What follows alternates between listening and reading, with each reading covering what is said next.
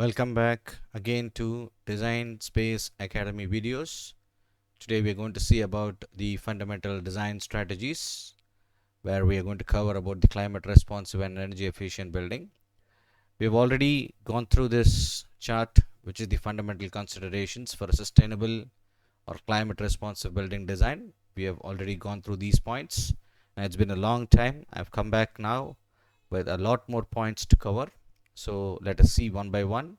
So we have to go see about the macro level planning, which is in the orientation, and probably it is mostly applicable to the site level planning and with open spaces and built spaces. The first thing we have to know about orientation is orienting or arranging the buildings in an optimized manner as per the sun and wind to get maximum benefit for the indoor thermal comfort. The orientation differs as per the climatic zone and varies as per the functionality of the building. So for example, if it's a daytime operated building, probably you need to know how to orient it. And of course, if it's a 24-hour operated building like a hospital, again, probably the orientations may change accordingly, because sometimes the hospitals will have the resting rooms in certain locations. In a daytime operated building such as a residential building or even a school building, of course the whole functionality will change, and you have to understand the sun path movement, and accordingly we have to design as per the comfort zone. So we have two aspects: one is the macro level aspect and one is the micro level aspect. So you may just orient the building in a east west longer axis, or probably you can orient the building in a north south longer axis. So let us see some of the examples how the orientation can take place in a macro level and also in a micro level. So we have the macro level. So the orienting the streets is a macro level planning, and orienting the roads, the neighborhoods, the campuses, etc. See, the arrangement of street width leads, or the patterns leads to mutual shading due to neighboring buildings. That's the number one thing which you can understand due to orientation in a larger scale. Next is channelizing the wind flow pattern. It's a very important aspect to channelize the wind flow pattern, because as per the wind flow pattern you can contribute to the total building exposure and probably reduce the heat ingress, and the air temperature can probably reduce because of the wind flow pattern itself. So that is the second point which you have to really understand in terms of orientation.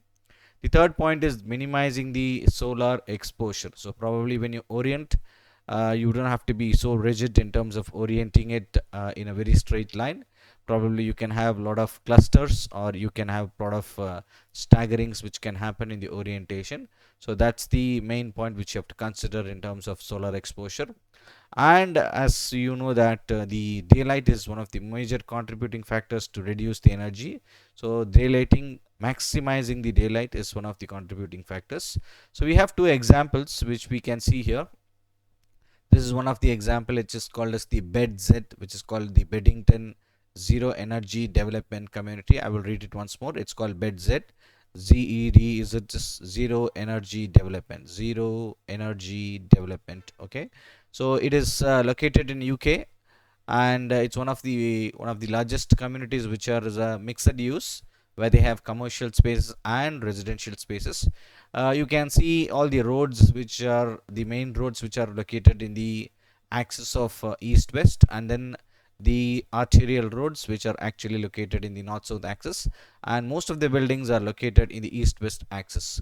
So in UK, as you know that the sun is going to be a little bit tilted towards the south, as we have discussed in the earlier chapters.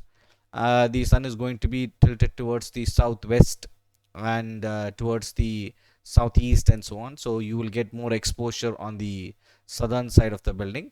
So they have located all the buildings on certain manner that the exposure of the building is little lesser. So because it's only on this part of the building, probably other parts of the building the exposure is a little lesser. And if you see the roads, it's little narrower, because you can understand the shade of this building will fall over here, and probably it can also decrease the heat ingress inside these buildings. And they have located a lot of trees on the southern side. As you know that the trees can probably have a beautiful shading on the roads, okay, which can also contribute to the beautiful microclimatic level and aspects which can be brought to your which can be seen easily. And you can see all the narrow roads here, and these roads are going to contribute to the what do you call shading. So the orientation becomes a very integral part in any building, and UK has got a best example in terms of your zero energy development. So this is a larger scale development, an example of a larger scale development. So you can see about the walkways, the residential spaces. It's in black and white. Obviously, if you can just go through the building and zero energy development, which is already existing in the internet, you will get a fair idea of how the orientations are done for all the buildings. And the next perfect example is the Suzlon One Earth in Pune, designed by Christopher Charles Benninger. So you can just see it's a commercial building for about 2,500 employees, and this is an office space where you can see the buildings are oriented. Some of the buildings are oriented towards the north-south longer axis, but still they have a very less exposure on the southern side, and the western side is almost shaded and with a taller building structure. And there is a kind of staggering which you can see in the building, which is also contributing to the shade. And the next building which you can see is something like a partial courtyard. So you can see the courtyards which is surrounded here, and the western exposure is minimized. The orientation towards the a lot of office spaces are oriented towards the east west longer axis, and few spaces are oriented towards the northeast axis. Okay, as I told you earlier, probably you have to decide about the functionality of the building. So if the spaces which are contributing too much of heat and which can be minimized and can be located as buffer zones, can be created somewhere in the northwestern side. Okay, and the spaces which is going to have abundant light, okay, in the daytime, because it's going to be a daytime operated building, can be located in the east west longer axis, and the west axis is actually minimized. And probably even this east axis, of course you need a lot of more sunlight in the morning. Of course it is exposed, but then you have got this staggering of the buildings, which is also contributing to the shade and filtering of the solar radiation. And it's a very interesting building, which you can see the buildings are oriented in such a manner that you get the mutual shading, which is already applicable in this building. The second one is, as I told you, the channelizing the wind flow pattern. As we know, in India we have got southwest monsoons. The building is located in such a manner that it is going to have a beautiful venturi effect. So you can probably see a building here, and there is an air gap which is in the middle. So you can see the southwest winds which can just travel like this. So you can see the winds traveling like this, and probably there is a small stilt floor which is available in the building, which is actually channelizing the wind flow pattern, and it is going to give you a beautiful venturi effect in this building. Clear? So you can understand, when you have a smaller gaps in the windward side and a larger gap on the leeward side, the wind flow pattern is going to vary and the pressure is going to increase, and it is going to give you a beautiful wind flow inside the courtyard. And all these areas are partially shaded. If you see on the western side, the building is located little bit towards or tilted towards the northwest exposure, which actually can little bit reduce the sunshade, or it can give you the sun shaded in the evenings. So probably at 4 o'clock in the evening, the whole courtyard is shaded, and moreover the courtyard is going to have a water body. It's a partially shaded water body, and that is also going to contribute to the beautiful ambient microclimatic conditions. So this is one of the interesting buildings which can be taken as a case study in your energy efficient architecture, or maybe even in your sustainable architecture courses.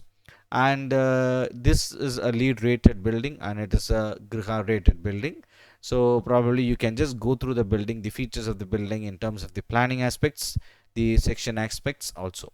And as we said, the building is also going to minimize the solar exposure, and it is also going to maximize the daylight because of the eastern side more exposure, and probably some of the filtered sunlight can enter inside the building. So you have to see the whole building.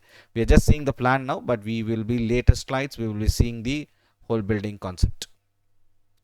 So probably if you see, this is taken from a book called Sun, Wind and Light.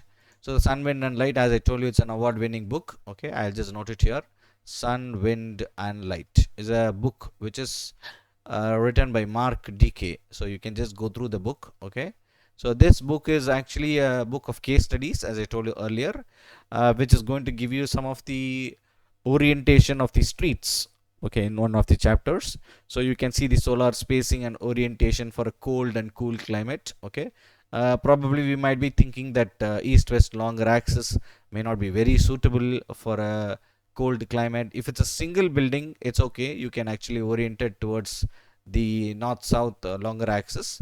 But if it's a set of buildings where you also want a little bit of solar spacing to capture the cold, to capture the heat, okay, so you'll have to probably look into some kind of orientation, and then the winter winds has to be blocked. So once you locate the building here, the winter winds can just deviate away like this. So that is one of the concepts where the cold and cool climates in a larger scale can be located in east-west longer axis, not very closely packed, but also need solar spacing. So that is one of the concepts of cold and cool. And if you see temperate, obviously we understand temperates are not to be very cold, but it is going to be hot in summers. So the solar spacing can be minimized, and it also may be located little bit tilted towards the northwest and southeast.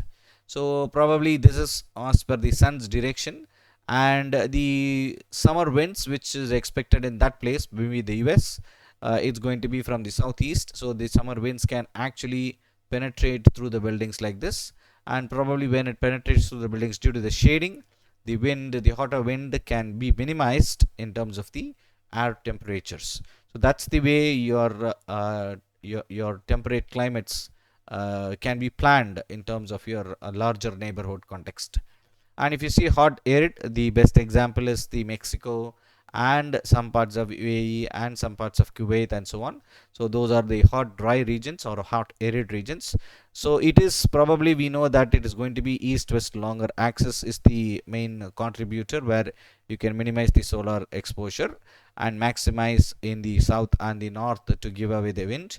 But probably you can also tilt it a little bit like this, because you can have a major shading experience when the winter, when there is going to be the harsh sun on the northwest or even in the southwest. Clear?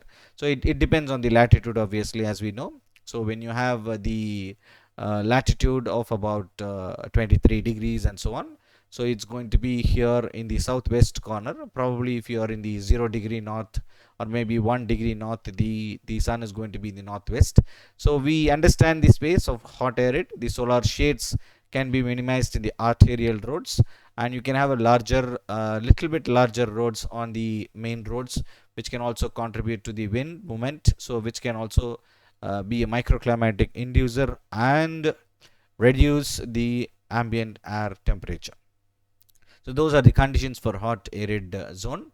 The next condition is for the hot humid zone. Probably we know it's going to be very hot and humid, where the rate of evaporation is going to be very slow.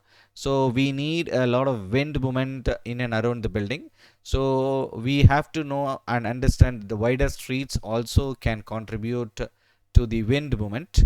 Probably the shading can be minimized by means of massing, rather than even just depending on the orientation, because the massing can play a vital role in terms of shading in hot humid zones. And the solar spacing can be optimum, because you cannot have a very far distance, neither you can have a very close distance, because you need to have a little bit of sky view factor, which means in the night there is supposed to be some kind of re-radiation, which has to be there in hot humid zones to contribute the wind movement inside these spaces. So that is one of the major factors where the spacing is really optimized in the hot humid conditions. So this is one of the conditions in terms of orientation. The next one is again tropical arid. As we know, we are in India. See the tropical arid zones like Rajasthan and probably a few parts of Gujarat and a few parts like Jaipur, Jaisalmer. So all these come under the tropical arid region, and even your Kuwait and your UAE comes under the tropical arid region. So probably what happens is tropical arid region, this is the actual orientation if it's a smaller building or a similar smaller scale building in a individual building. But whereas when you want to have a street like building and you need to have some kind of wind movement also from southern side, and also to block the winds in the neither in the interior parts of the building. For example, you have all the important zones in the middle of the neighborhood, so then this has to be very extremely shaded. So when you want extremely shaded, you need to have a longer building on the western side, So that was the reason. So the reasons are taken actually from some of the case studies also. Clear? So we have to understand what is it in terms of your tropical arid zone. Then again, a tropical humid zone, as we know, we try to optimize the building in a very rectangular shape. Neither it is too long, neither it is too short. This rectangular shape also can contribute to the minimum solar exposure on all the sites, and the wider spaces can contribute to the wind direction. Okay. Now what we have to understand is we have to understand both the concepts of the sunlight and also the wind movement in orienting the buildings. So that's the main concept which we have to really understand or imbibe and start exploring in terms of your climatic design. The next one is called as the loose urban patterns with wide streets. The next one is called dense urban patterns with the narrow streets. So the two concepts are very important. So probably when you start designing some kind of apartment building, we try to just have a very regular grid of loose urban pattern or either a dense urban pattern. The loose urban pattern can contribute to the wind movement, which is also good. But sometimes what happens is the center of the building is neither exposed to the wind, because sometimes the wind may just go away like that or just go away like that. So we have to understand how the wind is there. If the wind is favorable and if you have a good wind speed, then we have to strategically change the concept of the planning.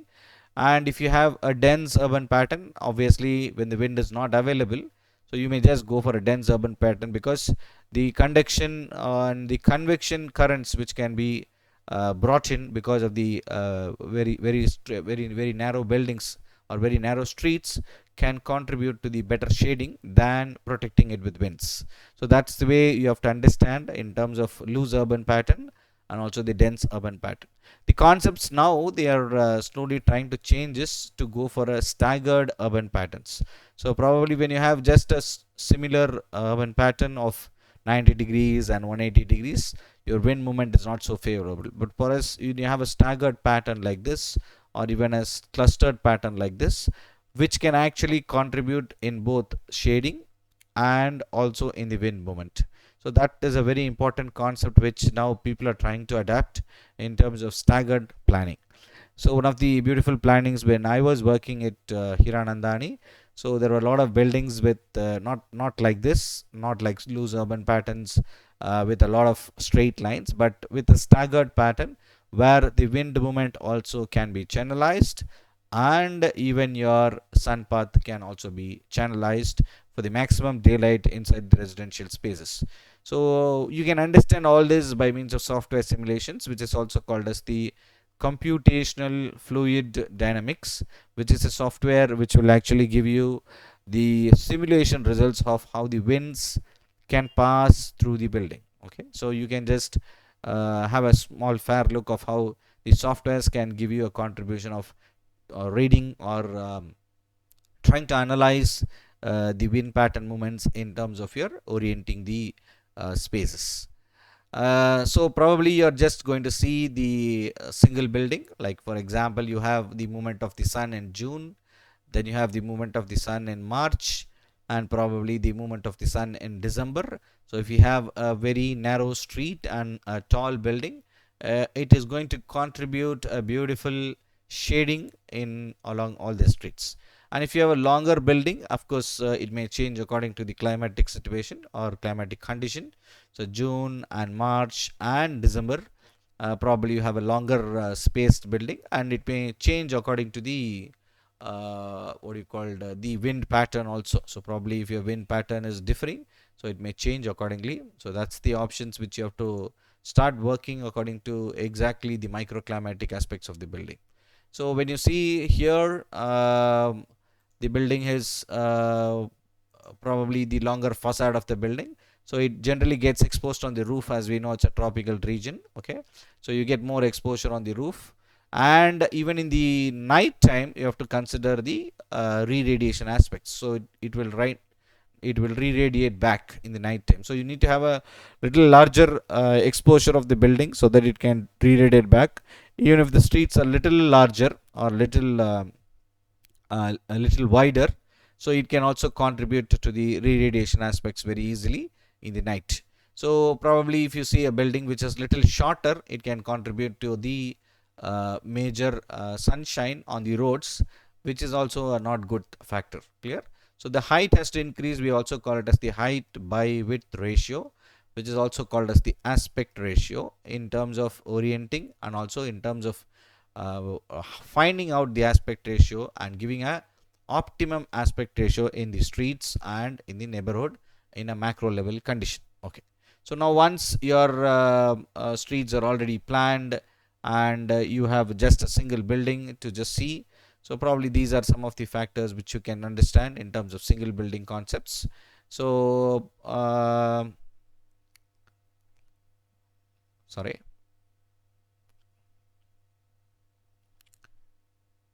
So probably the movement of the sun in June, and probably the movement of the sun in March, and the movement of the sun in December.